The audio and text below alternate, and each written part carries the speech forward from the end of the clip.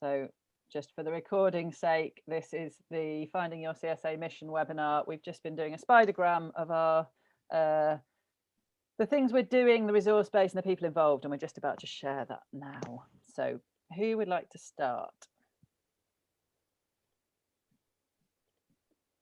I'm quite happy to. Okay, go for it. So well, we want to grow a lot of vegetables. We're looking to produce eventually possibly up to 200 shares, produce shares, but that will be 5 years plus and will depend on how it proceeds. We're on the edge of Hereford City, so we are trying to serve Hereford City, most particularly the south side, which is a large area of deprivation. So we are very interested in producing a socially safe space for as many people as possible that we can get to volunteer and participate, and to build a kind of community resilience, to be central to a community resilience. So we see that as really important. We also will have an education garden. That's something actually we've been doing for 10 years already, is educating children to grow vegetables on a different location, which we've now transferring from. So we'll educate children and hopefully extend that to adults and eventually to training growers, which I just think is so essential. We need more people growing and feeling at ease with growing in this country, and to produce a safe food resource for the city. Well, for the community, as many of the city. We would love to see us just being the beginning of other CSAs in and around Hereford. Okay. Thanks, Heather. Okay, does anyone have any doings they'd like to add on to the ones that Heather, additional doings?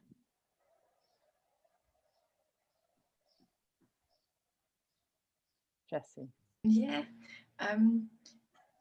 we are growing fruit and flowers rather than vegetables.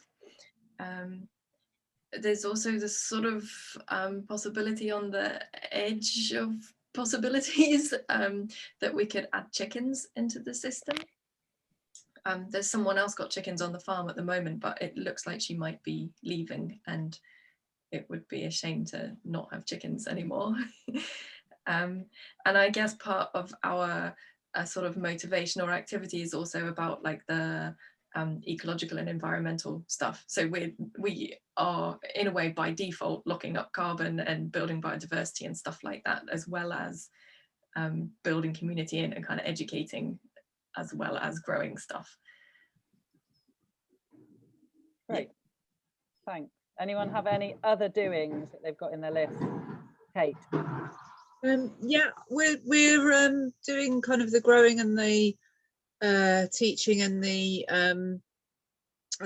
carbon sort of capture, and I think just trying to sort of really do a little bit of gentle education around sort of local food and carbon footprints, but also rewilding. So we've got kind of area that we're not I mean in the market garden we've got quite a lot of wildy biodiversity, but also just all around we're doing quite a bit of rewilding, and yeah, that's another doing that I've got on my list. And just that kind of with the community projects that we do a lot of therapeutic horticulture. So up here we're sort of doing just nourishment in nature, so being up here on a much lighter touch basis, but just people coming up here for well-being as well. Thanks, Kate. Anyone else? I don't know about what Dave thought, because it's a bit hard for us because it's a 100-acre piece of land. But when I think for Dave and I, when we're thinking of the CSA, that's just an area of, I can't remember how many acres now, 8 acres maybe ultimately, or more than that. But it's a kind of a movable acreage that's the CSA. So in doing this exercise, I was trying only to think of the CSA, which is much more focused on, you know, the veg box idea and getting stuff out, but it definitely kind of bleeds into the rest of everything, because so that's a bit confusing. Not confusing, but just because we also haven't decided, actually this was a question that we had for this network, we haven't decided for our CSA if it's a part of the bigger 100-acre sort of mosaic of land uses that we have going on in that 100 acres, because it's got allotments, it's got community orchard, it's got woodlands, it's got all sorts of stuff. It's got other small enterprises on site. And we haven't decided if the CSA is going to be a standalone that kind of rents off of the bigger entity that manages the entire 100 acres. And how you do that when you're starting off, because when you're starting off, it makes sense to be sharing resources across the whole thing, because fence building, equipment, there's no point in having two sets of those things. So how, just, you know, we've got a lot of questions about how that gets managed. So that's what, I don't know. and then the other thing is, for us, because it's quite a unique thing that it's 100 acres in a city, for multiple reasons, but right from the beginning, measuring the baseline and then the progress on social impact indicators, biodiversity and carbon, we would be doing together with academic institutions in Edinburgh. And that like, we've already kind of started working on that in some ways, although not social impact yet. But so yeah, and apprenticeships probably in the future, as well as it's a veg box scheme, but there might be oats, there might be pulses, there might be flowers, there might be fruit, there might be seeds. Like there's so much scope for potential. So we've got a couple of years of experimenting with what is actually going to be. Dave, have you got anything to add? Just, yeah, like, I guess that I also find it difficult for some of the same reasons, but I've also initially just was like, what is my current to-do list? Or what is the to-do list in the next like 3 months? And then try to take a step back out a bit to like more like bigger picture as well. So like initially I was just thinking about like, yeah, access, and that's something we have to sort to the farm in terms of having the lease signed, but also then to fix the gates, and then also to like provide more access to land for people in the local community. So whether that's recreational or working with people to do food growing, like, or regular volunteering or whatever. So some of my sort of immediate to-do list seem to sort of grow quite nicely, but it's mostly been covered by what others have said. Okay, thanks, Dave. And anything else on doings? I was just going to say that the very first thing we did was put in a rabbit-proof fence. That's the doing that we did. Terribly important. Okay, so what about resource bases? I mean, really, I suppose I'd ask, did doing that exercise bring up any surprises, any thoughts on resources?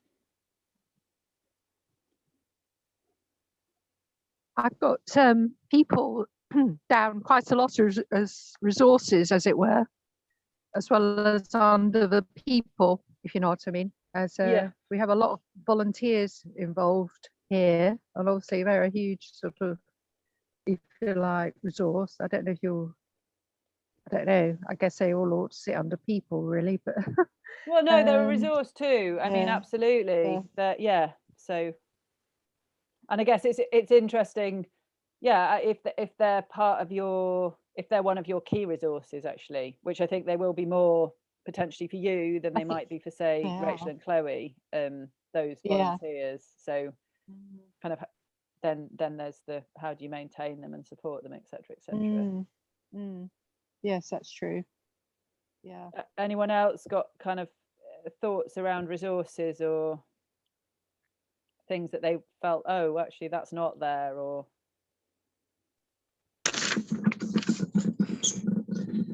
yeah, we do. I mean, we just kind of need more, really, of irrigation and a packing shed that's not the size of a doll's house, and you know, kind of the practical things, another polytunnel to actually sort of add on more boxes, more box people. I sort of was a bit confused because in the doings it's like, oh, this is what we're actually doing at the moment, but for the CSA side of things, again, like everyone said, it's like, oh, which bit's the CSA and which bit's the sort of rest of it. So I'm just sort of putting in what we're doing at the moment, and hopefully that will make it clearer as to sort of what fits with the CSA. But yes, I think the other thing we were looking at is time. Time is my major need in resources, because we're paid, because we're not paid to be here. We can't pay ourselves to be here as yet. So it means that we've got to be doing the community projects which are paid in other time. And that's our biggest sort of stress. So I don't know if that goes into resources needed, I guess.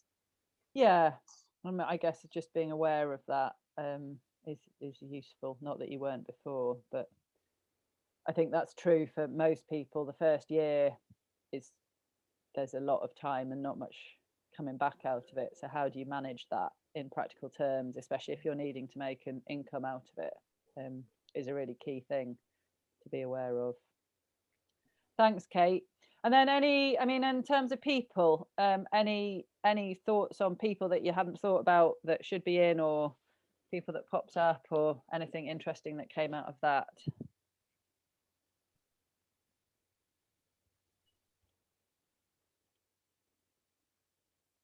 I guess for us, just thinking about people, is we're trying to garner more support from volunteers, and we are getting some regulars now, which is great. But we're always saying, oh God, if only we had an army of people right now. This, we're getting exhausted, and we're trying to figure out ways of how to not get exhausted because there's just not enough people and not enough time. So yeah, we're hoping that more people will become interested in getting involved when we launch our boxes. It's kind of like, build it and they will come. And so we're in the building process. And once the veg is there and everything's looking abundant, then people will go, oh, I'll come down and do a little bit of weeding. There's maybe that they just don't want to do the grafting, or, why would you? It's hard work, and everyone's time strapped, aren't they? So yeah, I guess we're just always thinking about that, like, how to get more help in people resources, because as a CSA, our most powerful resource is people.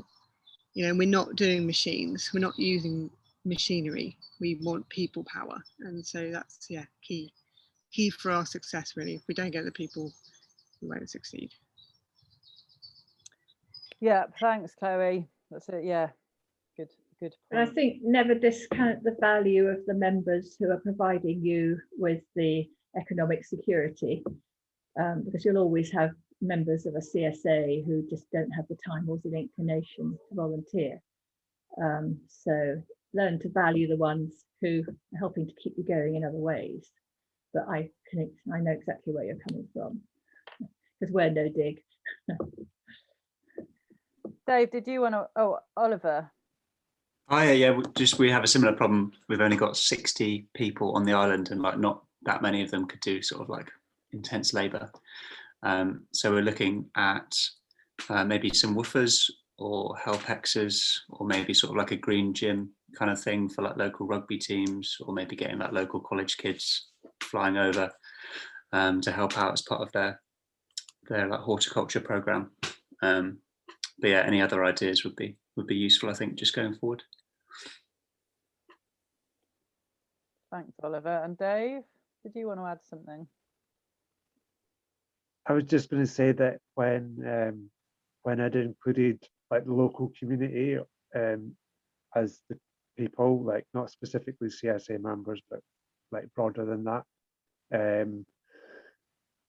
yeah, like sort of writing the list that was closest to the farm, the communities that were closer to the farm, and then thinking also about like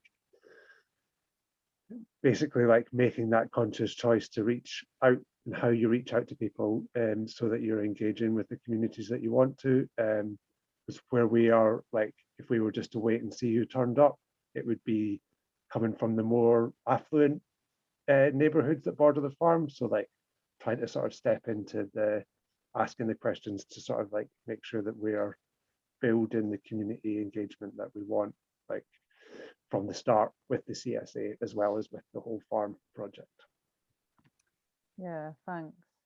I heard a really good story. It was a while back, and it was on might have been on Orkney or in Shetlands. I'm not sure, but it was on a marketing course actually. It was just about the value of engagement, and it was a library that had somebody volunteering that was really good on social media, and it was when I bit useless on social media, but unwrapping was cool, where there were lots of videos of people unwrapping things that they got through the post. Apparently that was a thing a few years ago.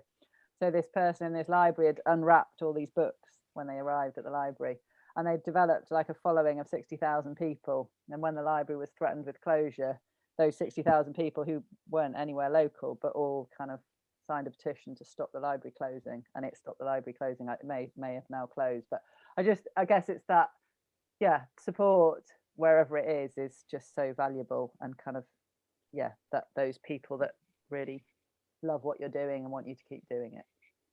And I think don't just think individuals. I think it's really important to reach out to agencies, and those agencies can be anything from, you know, local food bank to local schools to organisations that support vulnerable adults and so on. So putting out a plea to individuals doesn't always work, but if you engage with agencies and get to know the people running them, it's amazing how you can get people that way, and that's how we've succeeded quite a lot over the years. We can't always rely on our own members, is what we've discovered. So we're going to move on now to sort of thinking about, I mean, with the end of this is kind of coming up with a vision, mission and aims, which a lot of you may already have. And I guess it doesn't, that we sort of talked about that when we were designing this, and thought it doesn't really matter. And you may come up with the same one, or you may come up with something different. So don't feel constricted by what you've already got written, I guess. But so I'm going to hand over to Charlotte, who's going to do this next bit. So yeah. Why? Yes, this question. Why do we need a mission? And I think, if thinking back to when we started at Camel CSA, I should say I'm at present, for the second time in the last 10 years, chair of Camel CSA. We're community led, so we have a 10-strong core management group, and the growers, we've got 4 permanent part-time growers. They're all on the core management group, but the rest of the group's made up of people like me who live in the community. And I was one of the people who came forward at the very, very beginning, when it was advertised by the growers who set it up. And I was keen to get involved, and along with half a dozen other people from the very beginning, I've been involved ever since. But what's incredible is that you do need a mission, because it has kept us going over the years. I mean, I'm always the first to admit that we've had the most incredible problems over the years, which we've overcome. But we've had everything, you know, from terrible rabbit infestation to, I mean, everyone's had the bad spring this year, for instance. We actually had to move sites 2 years ago because our 10-year lease on the first site came to an end.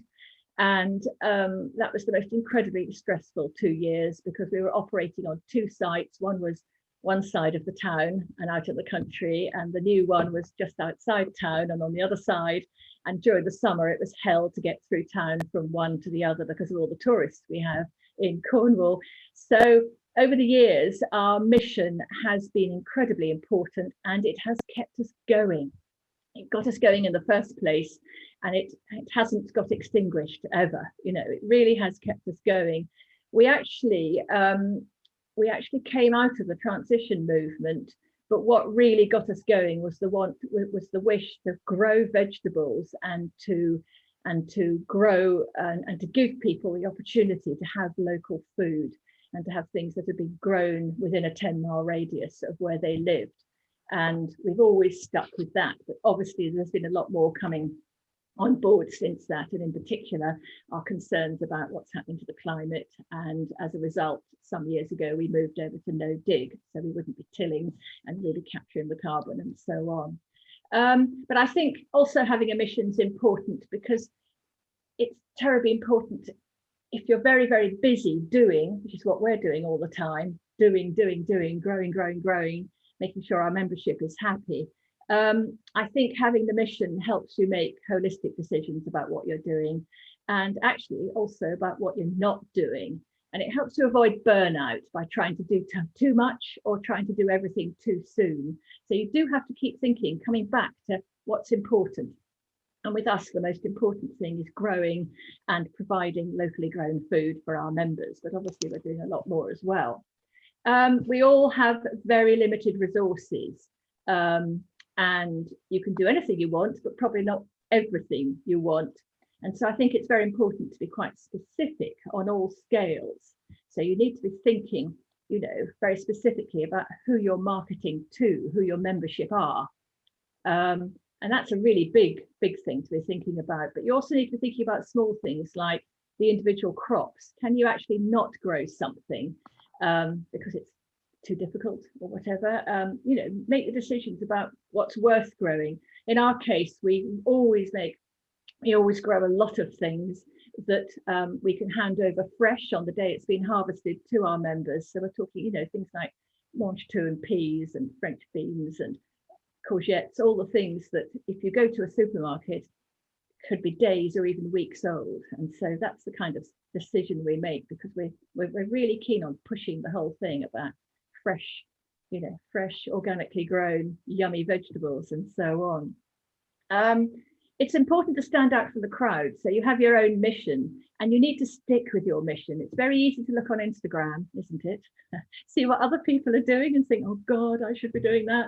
But you've got to have your own mission. And a lot of that's to do with where you are, who you are, and what you're doing. Certainly here in North Cornwall, where, you know, as I say, we're surrounded by beautiful, beautiful beaches, lots of tourists, but actually we're in an area that's quite poor. And what we're trying to do is to grow vegetables for people who live here all the time and who need that kind of resource and who need somewhere to come that's peaceful and pleasant. And so we have to keep telling ourselves, you know, that if other CSAs are doing things that look nice, it doesn't mean that they're for us. So keep that sense of the mission. So you need to be really clear what you stand for and what you're trying to get done. You know, don't be afraid of doing what you need to do. And I think the other thing we need to think about is communicating with others and building relationships, because obviously we have to build relationships with our members, and our members have to have a sense of what they're signing up for. We have quite a few members who simply sign up for the veg box. We have to put up with that, but we also know that we're having to attract members who want to get behind the mission, and that's really, really important. So we do need a mission in order to be able to explain it to people. And as soon as we're getting people on board, that's when we start to go into much more detail. We get them on board, and then we explain precisely what we're about, and that does help keep people on and keep them going. Obviously, although we're a community-led CSA, we've got our paid growers, and then we've got our regular volunteers, people like me who are helping to run it and are also doing some of the growing as well. And so everyone needs to have a sense of what might be expected beyond their tasks. You know, what drives the team. And we have our monthly core group meetings. We have the growers have their monthly meetings. And in between, I think nearly all of us on the core group are up on the site at some point during the week. And we're constantly talking about all the things that we really value. And one of the things a lot of us value is what we do with our vegetables. It's the cooking, it's the preparing and so on. And that's also part of our mission. And it's very much also about going much further than that and thinking about how you're going to present yourself and how you're going to present your mission via social media. And when you chat with members of the public, we have 3 public footpaths that all meet at our CSA at the site. So we've constantly got dog walkers and people coming up out of town because it's within walking distance. And so we're constantly engaging with people and explaining what our mission is. And you just have to be careful. You have to sort of look people in the eye and think, how much detail can they take and how much less can they take? But that's how we get the word over about the no dig, growing to organic principles, about explaining about climate change and biodiversity and why we're keeping all the nettles around the edges and things like that. So it's very much sticking with that. And of course, one last thing to think about when you're communicating is if you want to get funding, you need to be thinking quite carefully about your mission and how you're going to explain that to funders. And it really does help to sit down and think very carefully about how you're going to explain your mission in as few words as possible, but that gets the message over. So I'll leave you with that. Has anybody got any comments or questions at this stage? Charlotte, can I ask you what Camel's mission is? Well, initially it was to grow our own food. That was what our slogan was. We're growing our own food. And the idea was that all of us who became members would volunteer and take part and help grow our own food, and we'd share it all out once a week in the form of a veg box. In fact, what we discovered was that we had a whole lot of members who either weren't inclined or were unable to take part in that way. And so we had to swallow the growing your own food bit, which is still there hanging around in the background. And we had to accept that really our mission was much more about making local food available to people, local food, local seasonally grown food available to people that was grown to organic principles and using no-dig methods. So that's our mission now. It's kind of gone a bit further and gone a bit wider. But we've had to swallow our pride on the one about wanting everyone to come and take part, because not everyone wants to. Disappointing, but you will. Still important to have the mission, though. Still important.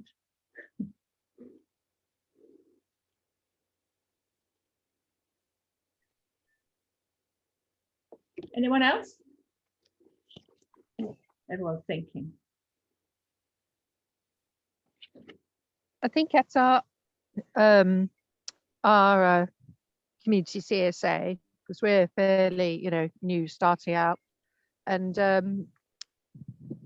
I think this mission is so important because there is an element of, because it's a 16-acre site altogether, but it's not all of it. Only 3 acres is sort of growing land at the minute, and there's quite a lot of woodlands, and there's some just social areas.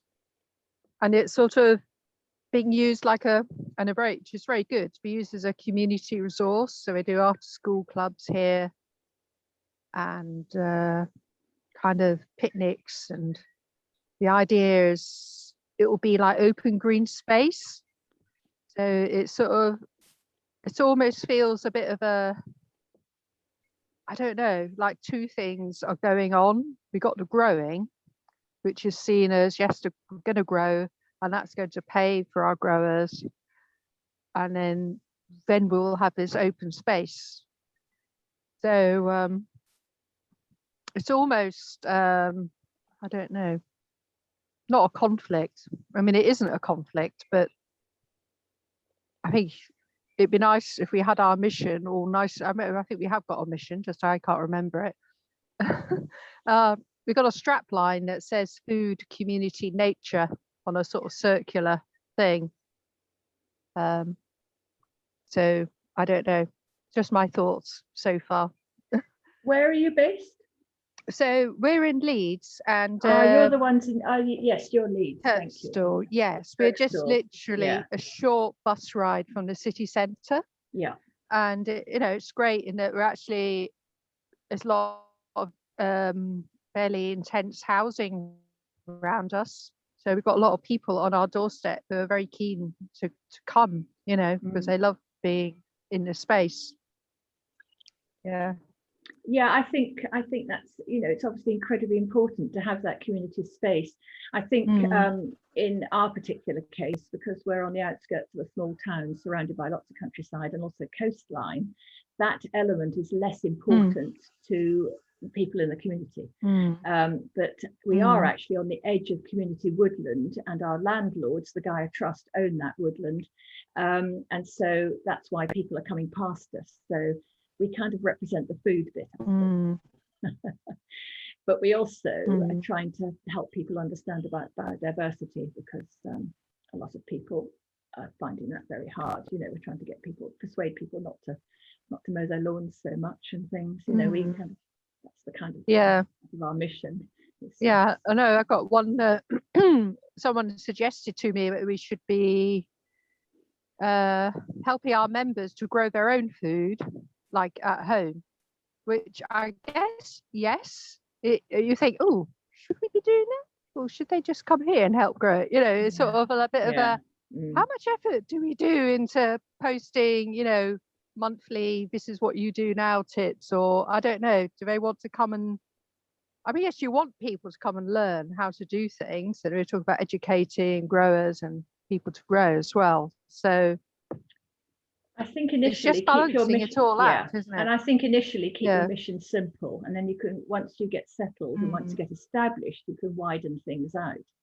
I mean, we offer informal skills training for vulnerable adults, for instance, but that's not something we did straight away.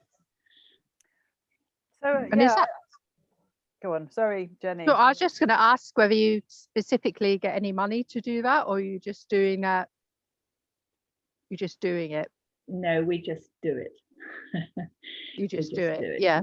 We happen to have growers who are that way inclined, who are very interested in that aspect. And we always have someone like me there to introduce people in and to make sure they're settled and so on. Yeah. However, if anybody is very vulnerable, we insist that support workers come with them, that kind of funding. Because right. Okay. People who can't come independently. Yeah. So a bit of a sort of collaboration or working together sort of thing. Yeah. Working together with agencies, because agencies are so strapped at the moment, what with COVID and government cuts and all the other things. So it's tricky. Very tricky. So I think I just want to ask a little bit about that. Sorry. Sorry, I can't quite see myself. Sorry, it's just really for us that's really interesting, because we work with people with additional needs at our other projects, and to start off with, we thought, oh, that's great, everybody can come up here, but actually what you've just said about keep it simple, one thing at a time, we discovered that, you know, we just really need to grow food here first and get established and get the, you know, the market garden actually set up so we can get the food out there. And it was kind of difficult, because I do a lot of therapeutic stuff. And it's like, yeah, come up. But then finding that obviously I wasn't getting the time to do the growing, and we were doing a lot more of the supporting. So during COVID, actually it was a really good opportunity to reset that, because people couldn't come, and I wasn't well anyway. So we just kind of went, okay, we will only now have volunteers that are more active, able, and what we sort of moment always attract anyway is people with some mental health support need, but we just kind of have to be just careful as to how much support we offer people, because we've got such limited time here for the actual growing. So I'm really interested to hear that, because I think we're learning let's just grow food first and with, you know, community members, and then we can expand into the other side of things. Does that make sense to you? Is that what you sort of said you did first? Sorry, initially we were growing. We had to grow because we needed to make money in order to pay our growers. I mean, we're a not-for-profit community interest company, so any money that's left over at the end of the year simply goes towards, you know, new polytunnel covers or whatever we need. But we did have some funding at the beginning to help us set up from the lottery, because in those days that kind of money was available. Sure. But I think the thing to remember about your mission is that it can change. I mean, we've been going now, it's our 13th growing year, and over the years our mission has, you know, our original strapline was we're growing our own food. Then it became love your veg in order to get people in. And but now it's wider than that. It's much more into the sort of climate thing and preaching. When I say preaching, you know, preaching that message. But and also we're very keen on getting other CSAs going in the south, helping to get them going in the southwest. But you have to just keep changing, moving sideways. You know, you can't stay with the original mission. But it's important to have one to start with, to work with, and then 2 years' time have another long discussion and talk and reflection and think, is that the mission we want now? Do we need to tweak it? Yeah, so we're gonna. Sorry. Yep. I think we probably need to do a bit of moving on.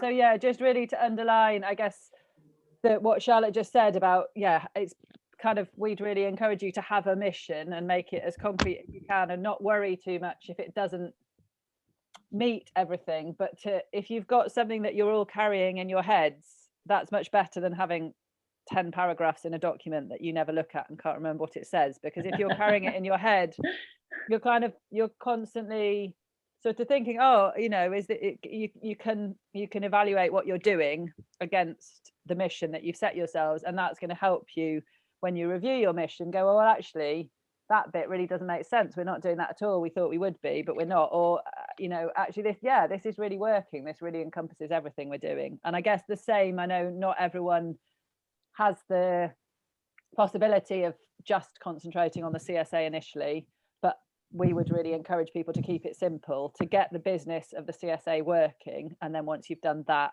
to expand out into the other activities you want to do around the sides, or you know, alongside the CSA. So we're going to move, Charlotte's going to lead a short exercise just on thinking about some more kind of going into you as individuals and kind of why you're here starting a CSA, and then I'm going to do a bit of visioning. Right. So, have we got that other slide then, Suzy, or is it just that I can't see it? Yeah. So what I want everyone to do now is to think who you are, okay, because you're a resource, obviously. And I want you to think about what's important to you. And I want you to think about what you might find difficult or challenging, and what do you avoid. You might not want to tell us about those particular things, but I want you to think about it yourselves. And also, actually, what do you really value in life? Now, you're not going to have to feed back on this because it's very personal, but you might like to share these answers once you put them down. So have a thought just in the next 3 or 4 minutes about you as a resource, what's important to you, what you find difficult or challenging in setting up a CSA, and in other aspects as well, what do you avoid and what do you value, really value. Be honest with yourself. You don't have to tell us about that bit.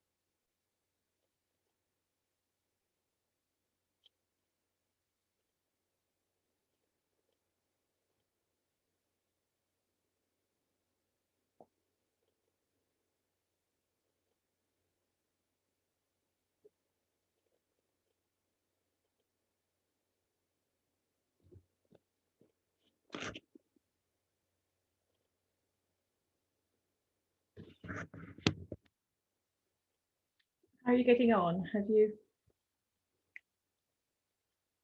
managed to list most of the things that are important to you? Has anyone come up with any surprises? Anything that surprised yourself while reflecting about this?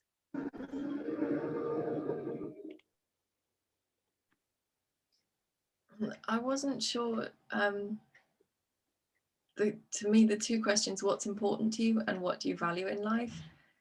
I couldn't really pull that apart as two separate things. That's all right. Not sure if you meant there to be a kind of different emphasis there. I think it depends on you, but I mean, if you felt that the two things, I mean, do you want to tell us what's important to you and what you value, or is that something you'd rather keep to yourself? Yeah, I can do that. Also was not sure quite, like, you know, at what level are we talking, but wow. I wrote is my kids being outside and having a connection to land, a sense of community and belonging, integrity, being useful, doing something meaningful, being appreciated, and learning. Yeah.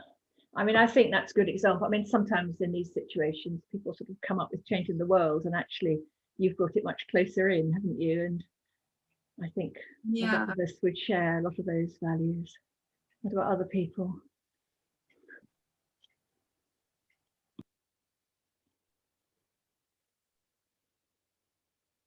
What about things that are difficult and challenging? I've got one. Yeah. What I kind of surprised myself, or not really surprised myself with, was I just kept writing growing. Like, I'm a grower, I'm a gardener, that's my essence of who I am. And I've ended up sort of building projects, which also is sort of growing. But actually, right now at this stage of my life, I kind of just want to be immersed in nature, growing. And I find it challenging doing, I can do it, I've had to learn to do it, but I find it challenging doing all the other stuff, the kind of, it's not really a surprise, but, you know.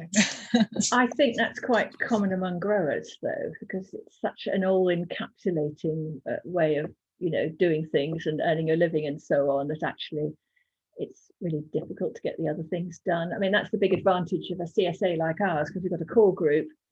There's people on the core group who are not growers, and they're the ones who are dealing with the membership.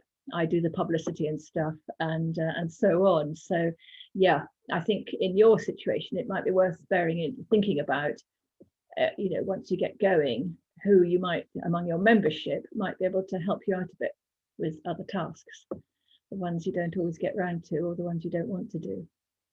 I think that's worth thinking about if you're, you know, producer-led, if you're leading it. Yeah, we've actually got to a stage with the other project, the community garden project, that we can now pay somebody to do that, and it's just such a shame. I'm like, yes. Yes. But any good volunteers? I think, yes, there are volunteering networks for people that are professional, whatever, fundraisers or marketing or whatever, that we might look to explore, because I've had enough of it. Yeah. Anyone else? I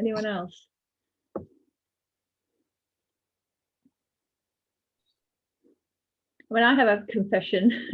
I hate selling.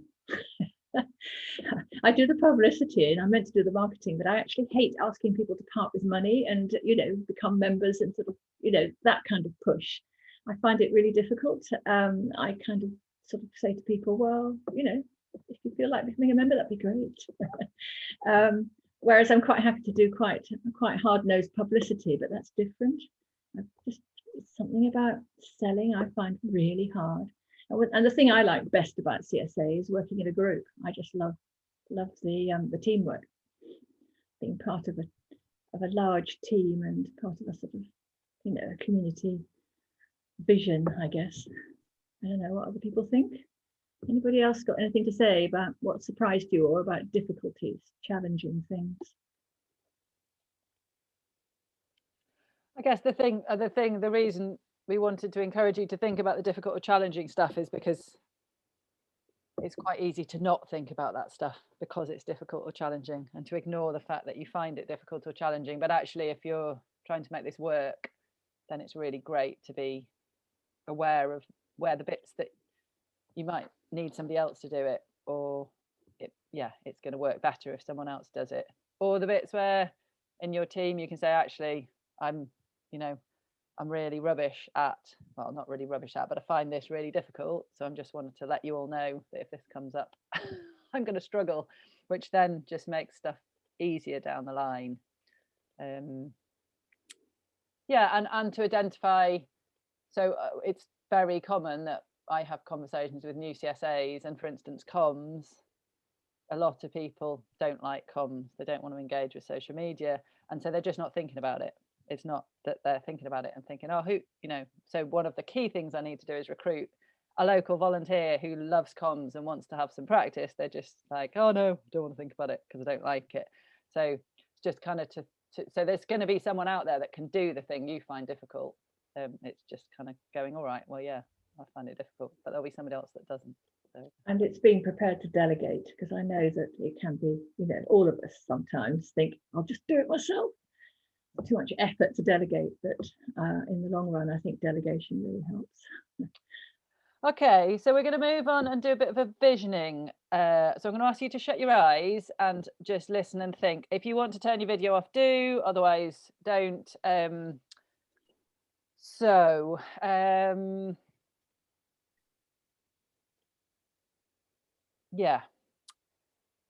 if you just sit and shut your eyes and feel your bum on the chair and feel the air around you, feel the clothes on your body. Notice what you can hear and smell, if anything, temperature.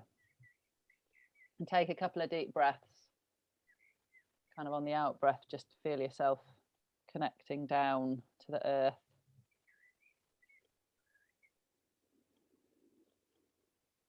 And then I'm going to ask you to think about 10 years hence. So maybe start by thinking how old you're going to be. How old other people around you, friends and family, are going to be, what they all might look like. Think about what your life is like. Think about how you'd like your life to be, really. So how would you like your life to be in 10 years' time? What would work look like? What would relationships look like? What are you giving and receiving to and from the world? So, and then from your life and how you'd like that to look, how does the world look?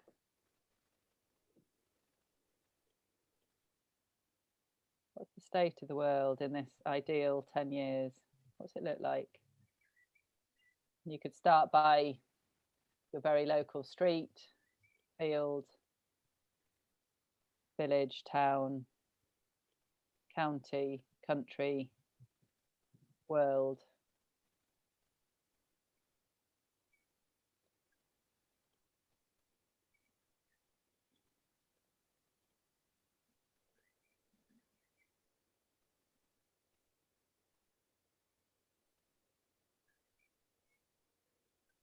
Really kind of see or hear this world.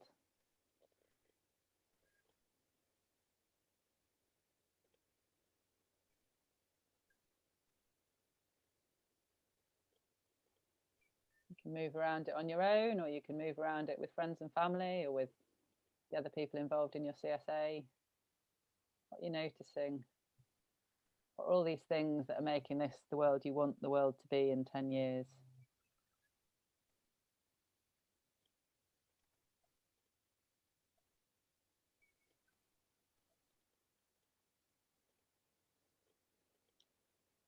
And then I'm going to ask you to, either on your own or in that group, come to the gate or the entrance to your CSA. What does your CSA look like in 10 years' time? So just look in. What's there? Who's there?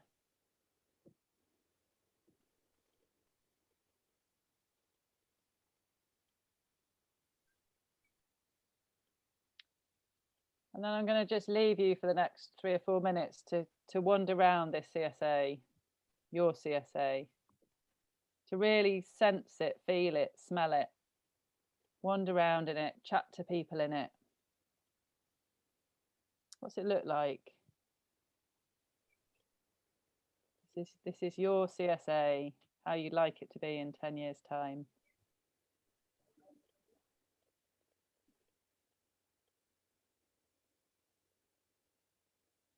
What are the people you meet saying to you? What do their smiles say as they look?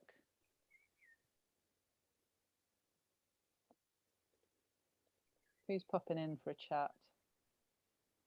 What's happening?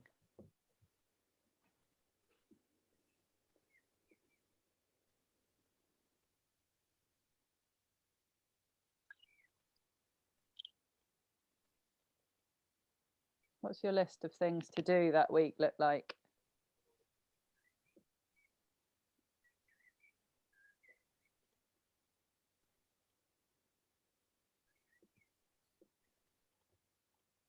Where are the strong relationships?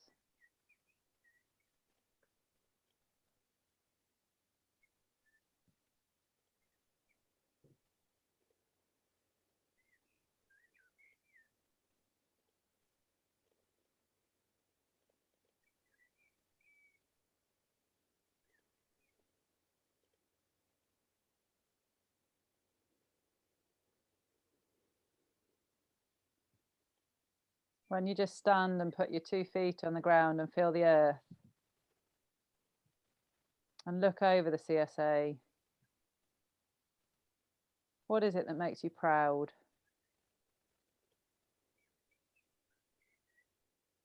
What are you glad to have done in these last 10 years?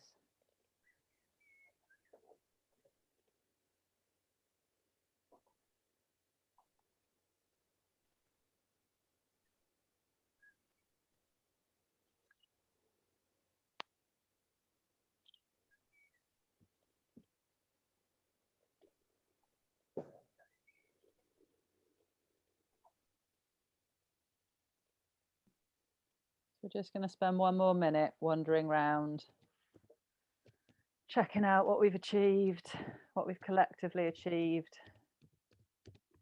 This amazing place we've created. It's given back and nourishing us and our community.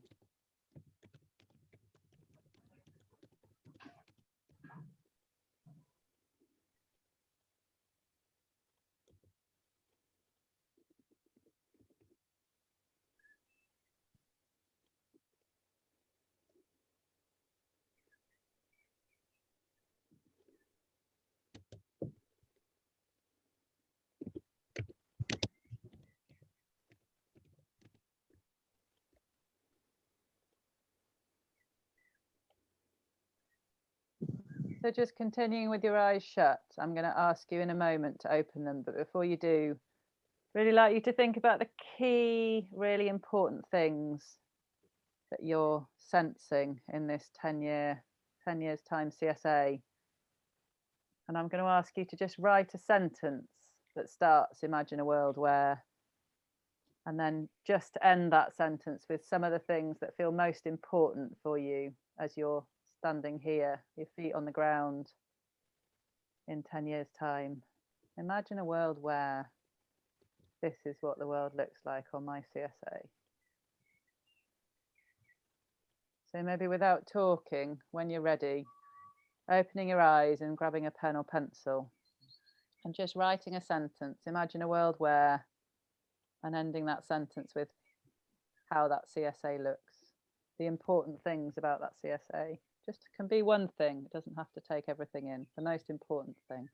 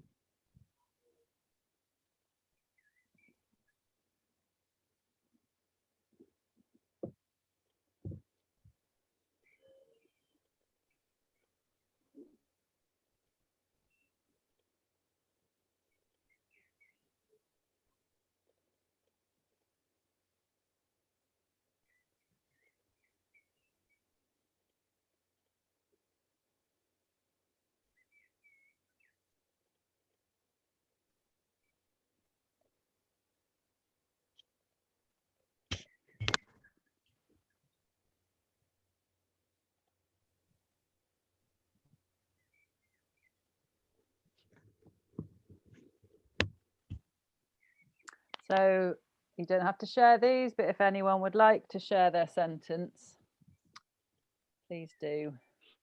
Just unmute yourself and share it.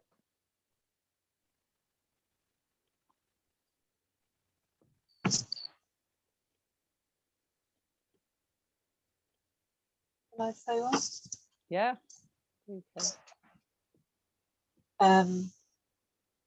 Imagine a world where children are safe, where diversity is valued, food is abundant, where we care for ourselves and nature, and where we are well. Thanks, Kate. Does anyone else like to share theirs?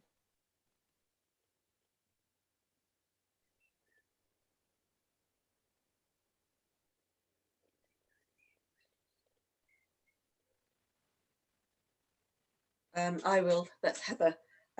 Imagine a world where local people have autonomy over their own lives because their food comes from the efforts that they put in or is brought to them by their friends and community. Thanks, Heather. I'll share. Imagine a world where Real Veg is an integrated part of a thriving network of organic local veg growers with regular gatherings sharing beauty, inspiration and good food. Thanks, Rachel and Chloe.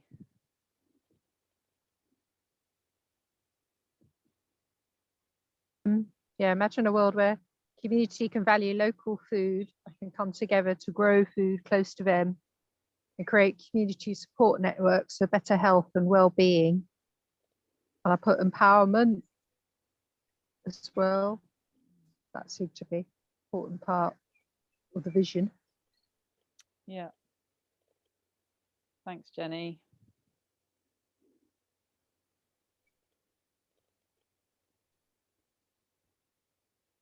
Okay. Anyone else want to share before we move on? So I love all of those. And I think if you want to take that exercise back to your groups or colleagues, or it's a really nice exercise to do. And it's really interesting just hearing the four of you, I think, that spoke, that there's a similarity, but there's also there's some clear differences, and and they're all great. So you're all going to have a different sort of reason for being, but that kind of future thinking is so important, to just keep coming back to where do we want to be, what really is going to make my values, my hopes come to life in this space. So we're going to go back to Charlotte, we're just going to do a bit of thinking about how we get there now.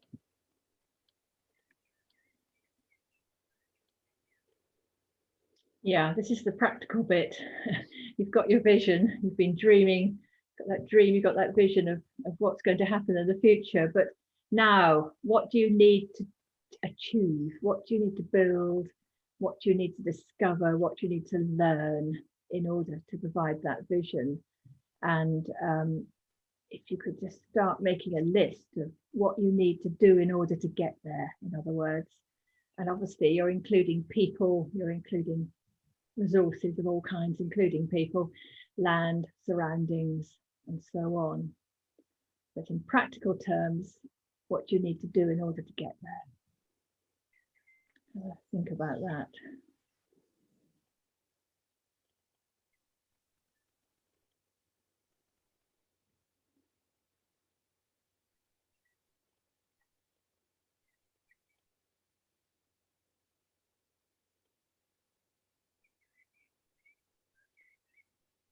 It's kind of the who, the what, and the how.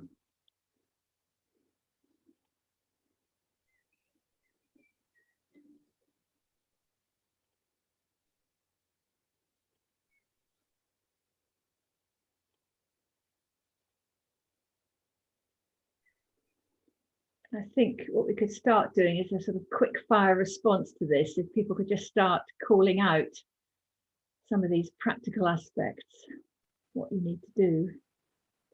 Anyone like to start on that?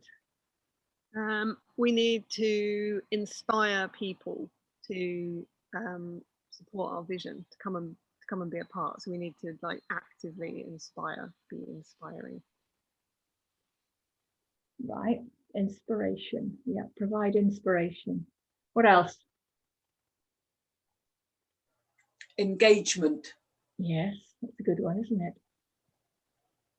I mean, that communication comes into that, obviously. Yeah, communication, engage. Another one. Write a business plan. Yes, back to basics. And keep updating it. We update ours annually, which is really to do with the budget. Yeah, the budget for the year. What else? Good decision making. Ooh, I mean, well, sort of, or effective decision making. effective. Yes, that's a good one.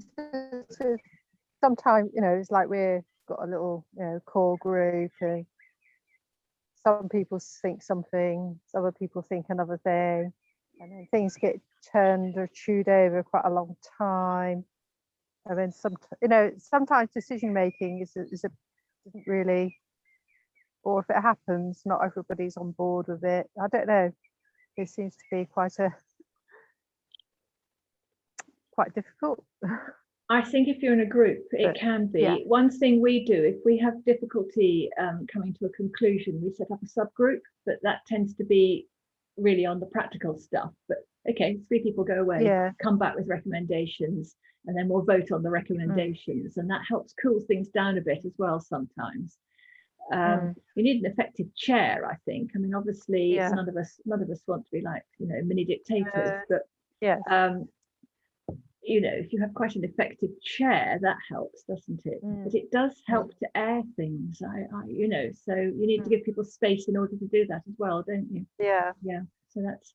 I think keeping people on board, even though sometimes you have to take a decision which isn't always that, I suppose, on the face of it, that popular, be able to keep people on board, explain, you know, why that needs to happen is really important. That's quite a skill, I think. Yeah, and keeping a sense of humor in these situations. Yeah.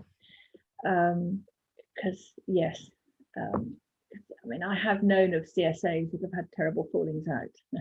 I've also known of CSAs that have managed to keep going and have enjoyed quite a bit of consensus. And certainly in our case, we've managed to push certain things aside sometimes when you know, things have got difficult, and other times we've had to resolve them.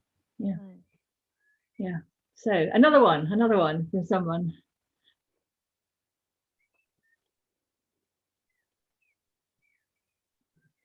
Does anyone put down engage with social media? Because if you do need to think hard about your communications, the next workshop, the next webinar is actually about that. And I'll be leading that with Alex Horn from the Essex Allotment, and he's heavily into YouTube and heavily into social media, really heavily. So if you're interested in that kind of thing and need more help, come to the next session. But I think all of you probably need to be thinking about that. Communications. Anything else to anybody before we move on? I think for us, the people care element is like people care is the #1 priority, because I think so many times when people set stuff up, they go into the land care, the building, what do we need, what resources, money, business plan, blah, blah, and obviously that is all important, but we always keep coming back to the people care element. You know, how do we look after our volunteers, how do we make them feel valued, and then how do we look after ourselves so that we don't get burnout, how do we communicate effectively with ourselves as a small team, and then with the wider community, and just constantly like analysing that and tweaking it, and just trying to be as graceful with people as possible. I think that's a really good point. I mean, you can, you know, things like cake always help, but yes, I mean, that's just being silly, but yeah. And I think making sure you have regular breaks. On our growing days, we always break at 11 o'clock, no matter how busy we are. And then that brings everyone together from different sections of the field. And yeah, it's looking after ourselves and making sure people don't burn out. It's very easy to burn out. very easy if you don't look after yourself. Yeah. Yeah, I look was after chatting others. to one of our more established CSAs, the man who runs it, and he was saying he just hadn't really thought about the relationship bits of running a CSA until kind of 5 years in, and he was like, oh, actually, knowing how I work with people is really important, and all of us knowing how we work with people is really important, and some of us are better at it and some of us are not so good, and that's fine, but the awareness of it is really important to make stuff work. So I think there is yeah, I mean, we've had the same lead grower for 13 seasons, and he's brilliant face to face. He's absolutely brilliant. He's working with all kinds of people of all ages, of all, you know, types. But what he's hopeless on is the phone and email. So we simply big up the fact that he's brilliant face to face, and we work around the problem with the phone and the email.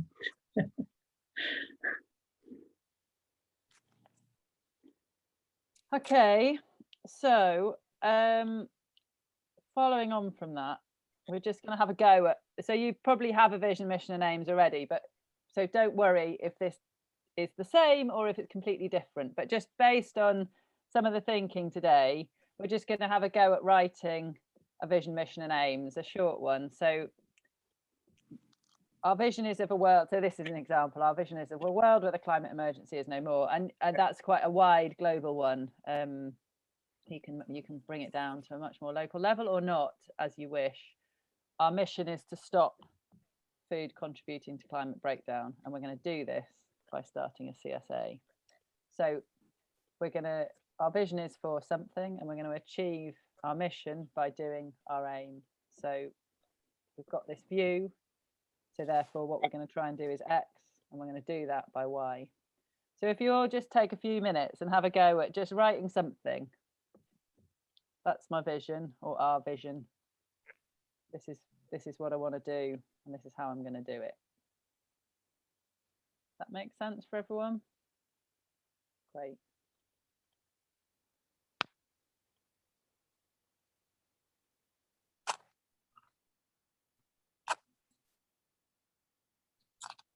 I'll just give you kind of 3-4 minutes to think about that.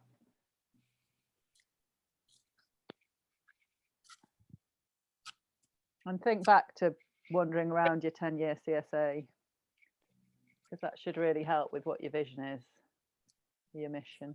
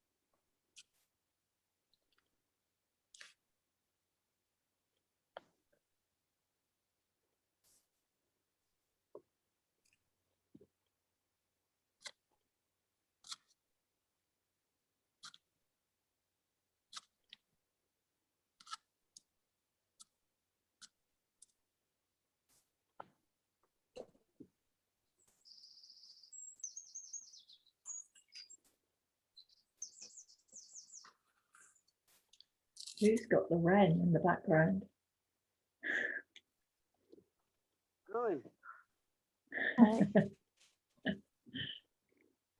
I'm sat outside. Yes, somebody's got a wren.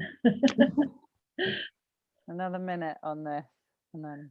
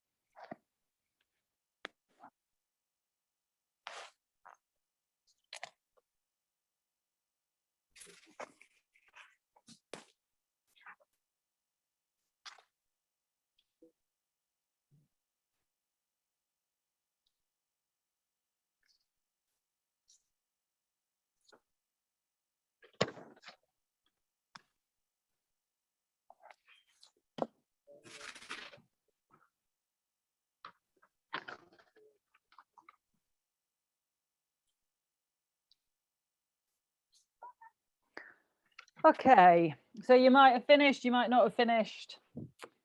Does anyone want to share their vision, mission and aims that they've just written now? You don't have to, but if you'd like to, if you want to read it out, to solidify it, to think about it, to hear it.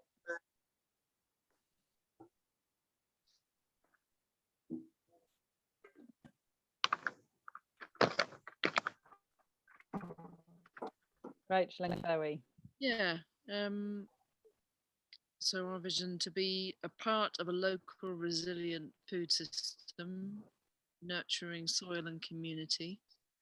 We will do this by establishing ourselves as a no-dig organic CSA at Wakelands within an agroforestry system. Great. Sounds brilliant. Do it. Doesn't it? Yeah, I want to be ahead. part of that. Yeah, right. Sounds marvellous. Anyone else? Lisa, are you about to speak?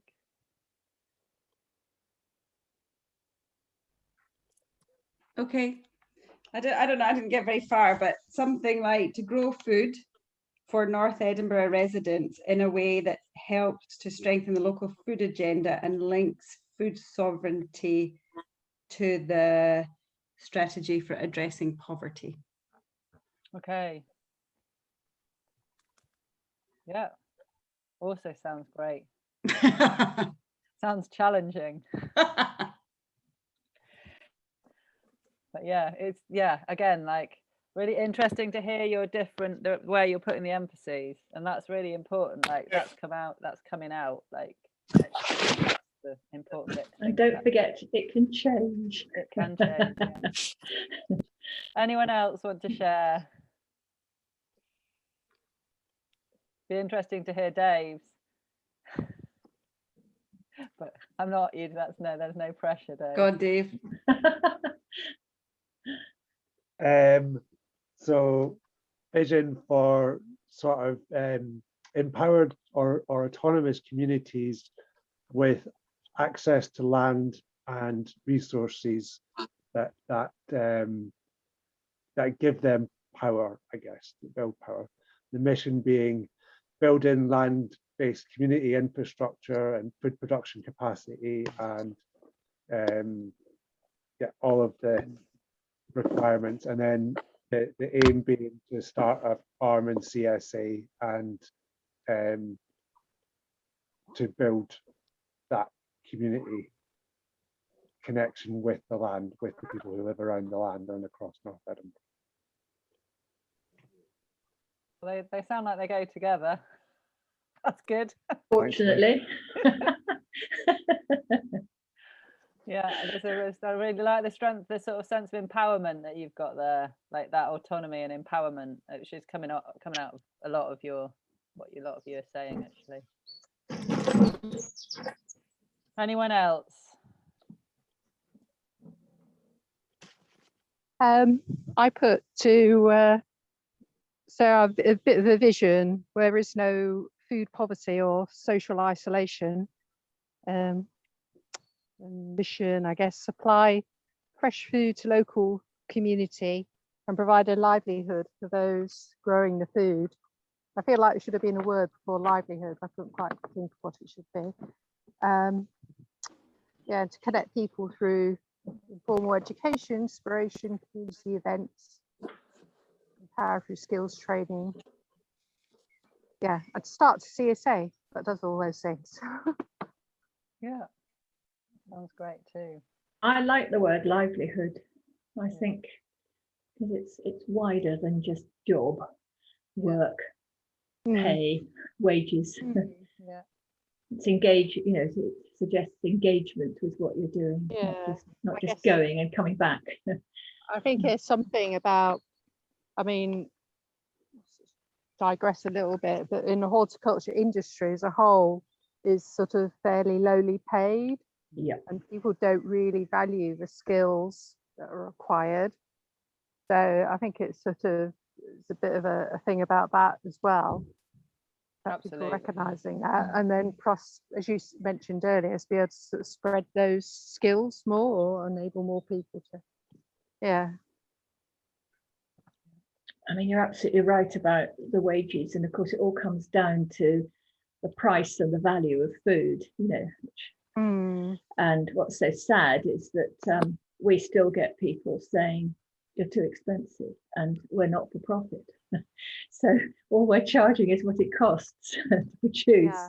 And it's, you know, we have the cheapest, just, well, apart from in America, I think, you know, we have the cheapest food prices just about in, you know, in any developed country, and it's very depressing. Yeah. So yeah, we have to find a way of rewarding and paying growers much better. Okay, we're a bit short on time, which is fine. We've got 10 more minutes, so we've just got sort of 5 minutes for this bit that Charlotte's going to lead, which is really the last kind of bit of today. Yeah, and to be honest, this bit follows on from the time you were looking at what you need to achieve, build, discover, and learn in order to provide, you know, your vision. Because what we're simply asking you to do is to think of up to 10 clear things that you want or need to do, or maybe think about or reflect on, and importantly take back to your wider group. So you need to be thinking about your vision, the direction you want to go, and those up to 10 clear things you need to take back with you. And I suspect you've already got quite a lot of those written down in front of you, having thought about this earlier in this session. So just go ahead and start listing the things you need to really get on with. Will support your vision and your mission.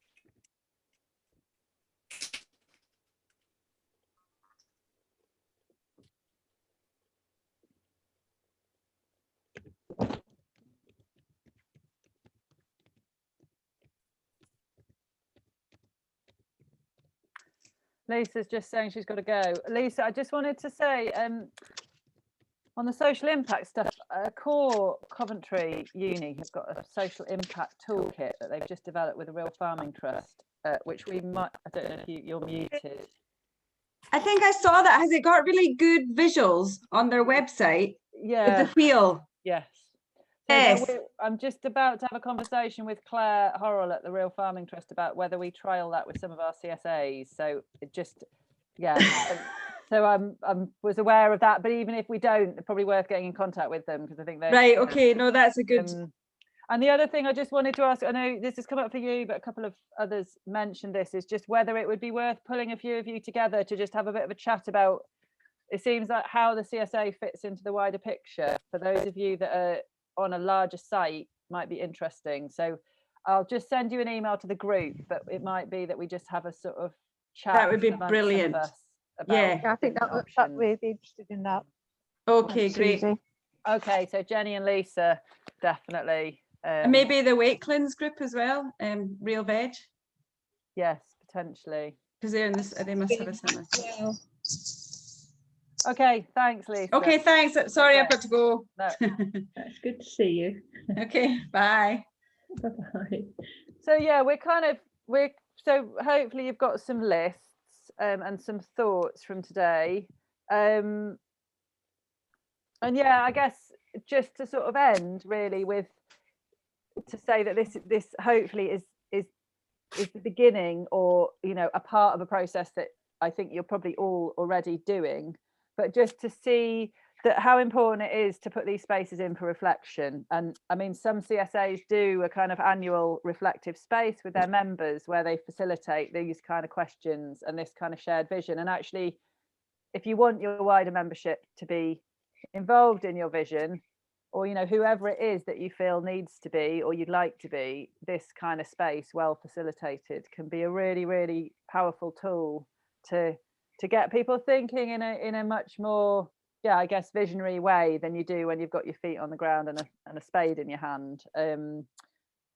So really encouraging you to make the time for this, especially at this beginning of your journeys, but also as it goes on.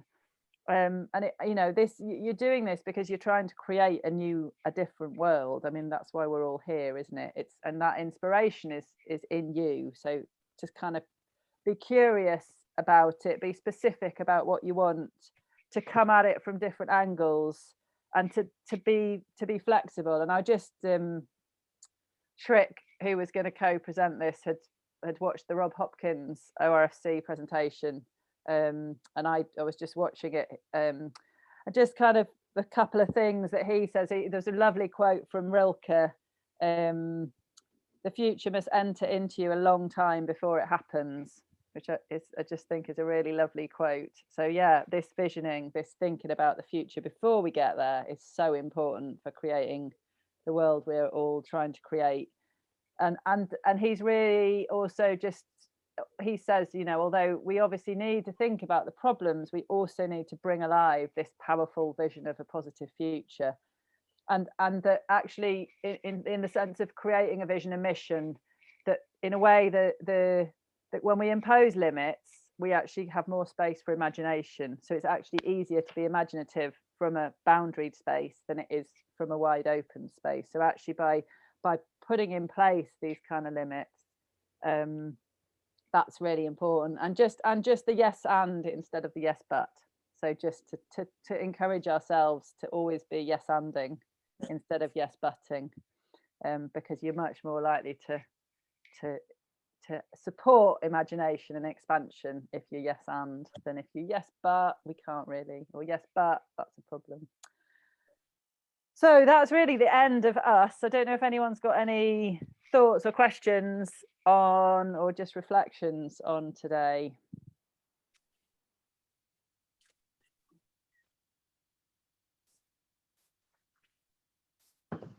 Just thank you. And I think, yeah, probably top of my list was about us getting together to do something, you know, as a group, really share our vision, mission, aims.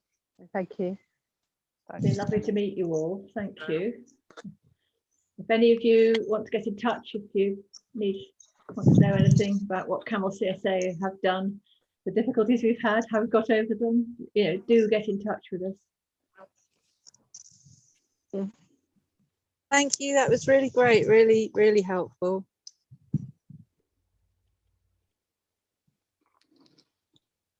Yeah, thank you. That was really useful and interesting. I couldn't say my vision stuff because it would make me cry too much, but I think that makes me realize I need to, like, there's emotional stuff I have to work on too.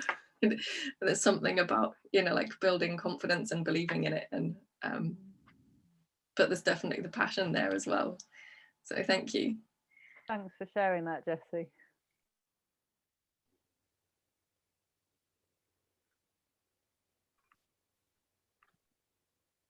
Okay. See you all soon. I'll send an email out about doing something around CSA fitting into a wider picture. The next webinar is going to be Charlotte's one on comms in July. And I'm hoping, we've just got 4 other CSAs down around in Gloucestershire as part of a similar but separate programme. So I think I might try and run a group with all of you, or as many of you as are interested, and them, which would kind of be like another group meeting to just share. But we can sort of support from that bit of funding. So I will also be in touch about that. And I'm going to also, in the next kind of month, be in touch with all of you about where you're at with the mentoring and feeling about how it's going and what else you need. So lovely to see you all. And Happy late solstice. Good luck, will you- everyone. Yes. Will you be able to forward the recording? I will forward the recording. Yes, I know somebody also asked for the last. I realised I think I've managed It to was not me. record one of them, but Oh. I'm very sorry about that. I can't find the recording. I will have another look, but I will forward links for all the recordings so far that I have. Lovely, thank you. Brilliant. All right. Take care. Bye bye, people. Bye. Yeah. Thanks. Happy growing. Happy growing. Bye-bye.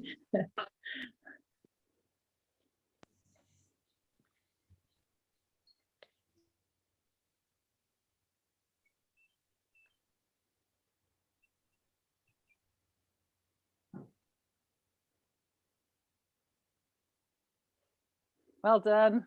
That was Well good. done. Well, we managed it. I think that worked. I was a bit worried. Yeah, I think Yeah, that it there was a really seemed to. good point. We need to take out that bit about that bit that you did in the middle. You're right, is totally repeated at the end. I don't think we need it twice. Well, that's how I got around the time problem. Yeah. No, I mean, I think we should just do. I think it works better at the end, doesn't it? Yeah. Yeah. So we don't need it there. I thought everything else seemed to. Was there anything else that felt? I think I need to. I'm not sure the spidergram bit is. I think that needs a bit of thought about how they do that. I thought because I thought the spidergram was just a bit too vague about what they were doing. Yeah, I think so. But I thought I liked your bit about why do we need a mission. Well, that was Shrek, but I just built on it. I thought the who are you bit was quite good. I mean, I think it's good that they go into the personal. Yeah, it was just a matter of kind of gently nudging them and seeing what happened. Yeah, it's tricky always, but because some people are happy in that sort of situation and others feel very awkward. I think it's interesting about the CSAs that are part of bigger